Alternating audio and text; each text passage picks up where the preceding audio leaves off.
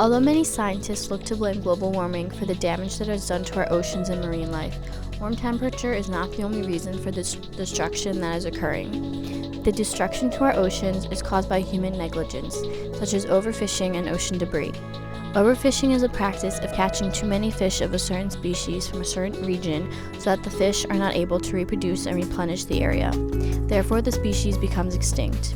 When a certain species becomes extinct, the fishers then move on to overfish a different species, causing the different species to become extinct as well.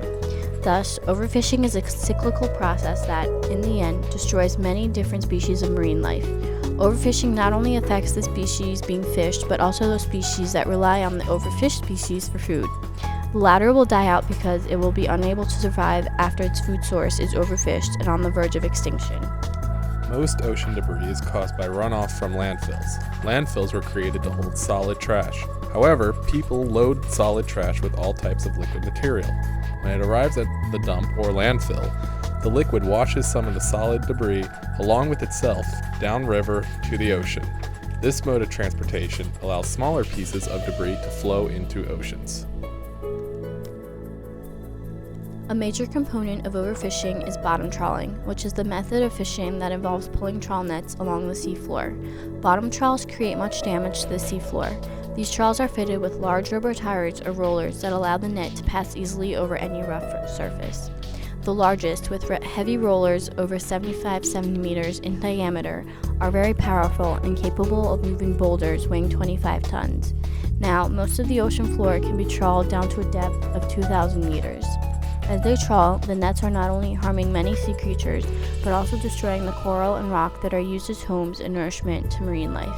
Bottom trawling is destructive to all creatures, not just those being targeted. Recent analyses of the few existing historical data sets suggest that larger-bodied organisms were more prevalent prior to intensive bottom trawling. The most damaging aspect of bottom trawling is that other species are caught in the nets along with the species being fished. An inherent disadvantage of trawl gear is that, in addition to the target species, trawls often encounter and capture organisms that for various reasons should have been avoided. Bottom trawling is unregulated in international waters except those off the coast of Antarctica. Plastic is the number one item in ocean debris. Plastics are hazardous because of the amount of time that any plastic product takes to break down is greater than any other item that is placed into a dump. Some of the more common items found, such as plastic soda bottles, takes 450 years to biodegrade. These bottles that are in our seas right now will be there for the rest of our lives. Plastics take forever to disappear. However, paper products take about 2 weeks to biodegrade because water is naturally solvent to paper, while plastics have no natural solvent. Trawls also stir up the sediments that make up the ocean floor, causing there to be high levels of nitrogen and other nutrients in the ocean. The destruction of coral by trawls also leads to great problems for the ecosystems. Coral reefs have sustained the most damage out of all the ecosystems in the ocean. Many ocean biologists have compared this phenomenon with reefs to the destruction of the rainforest. Coral plays an important role in the lives of fish and other marine species. They are used for food, protection, and homes. Reefs stabilize the food chain in the ocean. Without the reefs in the ocean, the natural food chain is destroyed. When the coral are destroyed, the fish and other marine species that relied on them for their daily sustenance have no place to go and soon die out. Increased amounts of sediment and chemicals from ocean debris floating in the ocean lead to the damage and possible death of coral. In addition, coral take decades to regrow after they have been destroyed.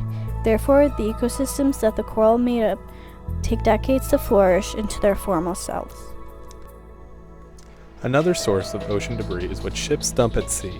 This is sewage. If a cruise ship has 3,000 passengers, then it alone could produce up to 250,000 gallons of wastewater, along with 30,000 gallons of sewage daily.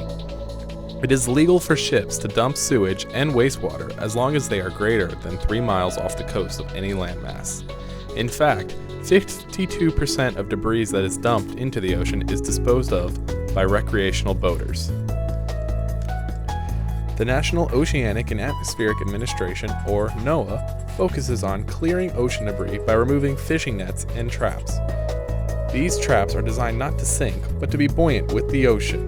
If a fishing net breaks off the boat, the fishermen just let them go. They just cut their loss and move on to the next fishing spot. The United States has laws about retrieving the gear lost at sea. Noah's problem is fishermen from other countries. These fishermen all pretend the net was never part of their boat. Noah spends most of its time searching for these loose nets and traps and saving them before they destroy a reef. In conclusion, the harmful practices of overfishing and throwing debris into our water sources are causing problems to our ocean. The citizens of the world must come together to save the oceans and marine life from imminent destruction.